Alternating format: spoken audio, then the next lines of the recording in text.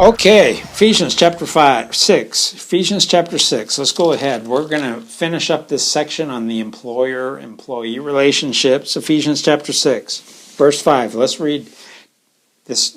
Verse 5, verse 6, verse 7, and verse 8 talks about how you should be acting as an employee in your job.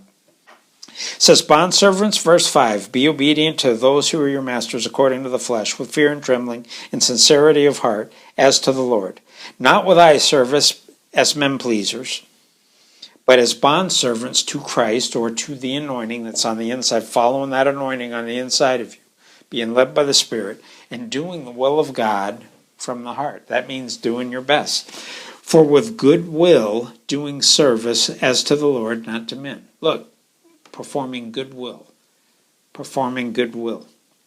And then prosperity will come. It says, verse 8, knowing that whatever good anyone does, he will receive the same of the Lord,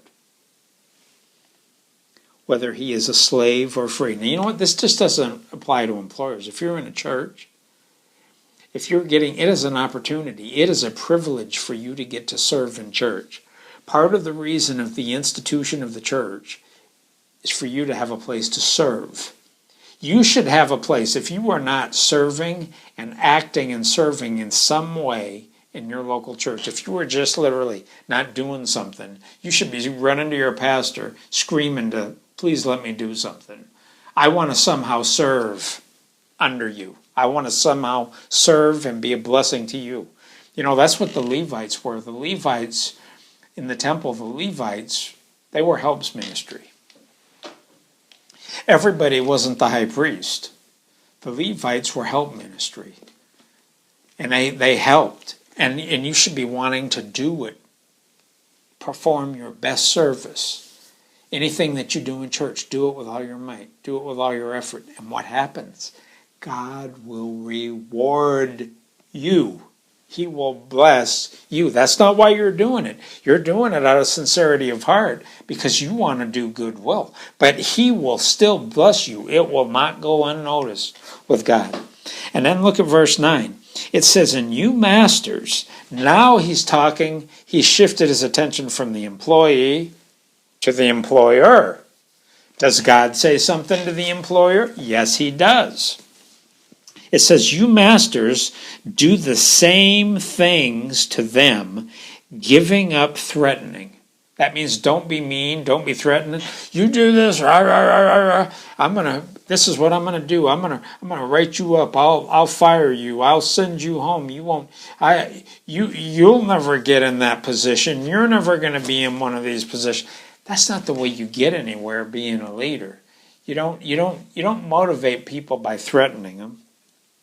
He's actually telling you. I mean, how do you keep people?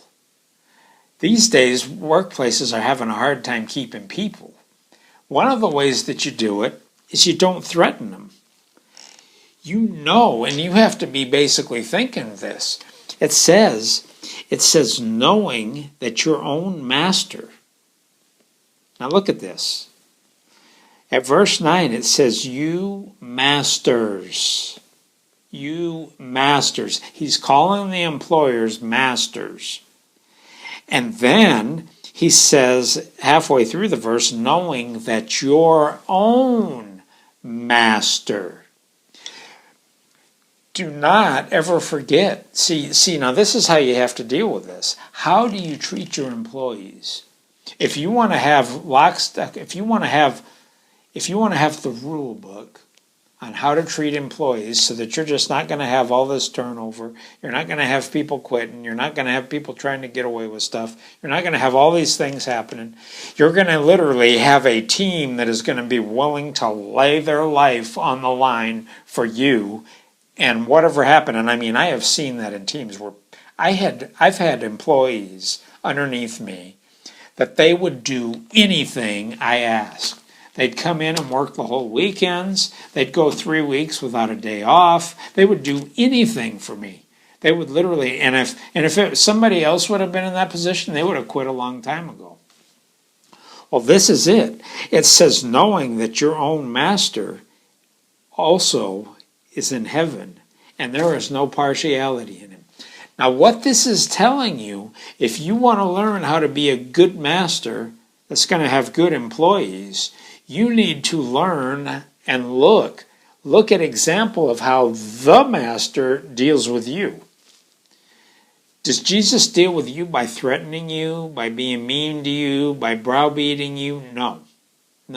He said, behold, I stand at the door and knock.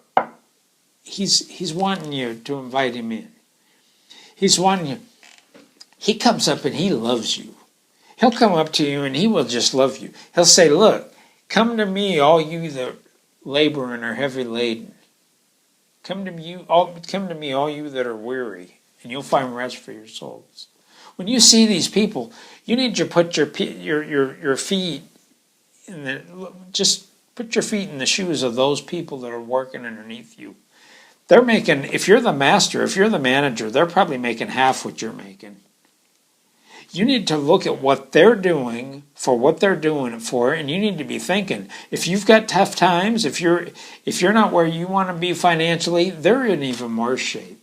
You need to be looking at them. You need to be an encouragement to them. You need to be picking up on the signs. You need to be trying to encourage them and pick them up and help them in a positive way. Help them. Be that shining light that's going to just encourage them. That's what it's all saying here, and it's saying there's no partiality in them. One of the things that will cause the most division in the workplace is favoritism. When you don't treat people the same, you've got some people that you treat nice, and then there's other people you'll just ignore them. You'll just totally ignore them, avoid them. They'll say something to you, and you'll just kind of turn and walk the other way. And then you'll literally hear them going over to this other person, and they'll just sit there and talk to that person and ask them how their weekend went and be really nice to them. That should not be. There should be no partiality. Everybody should be loved the same. Everybody should be treated the same. If employees are loved, treated, and acknowledged the same, and they know you care about them, you're going to have an army of workers. They are going to be like those little soldier work ants. They're going to be just like ants, man. They will be picking up things 5 times their weight and carrying it. And I have seen it happen.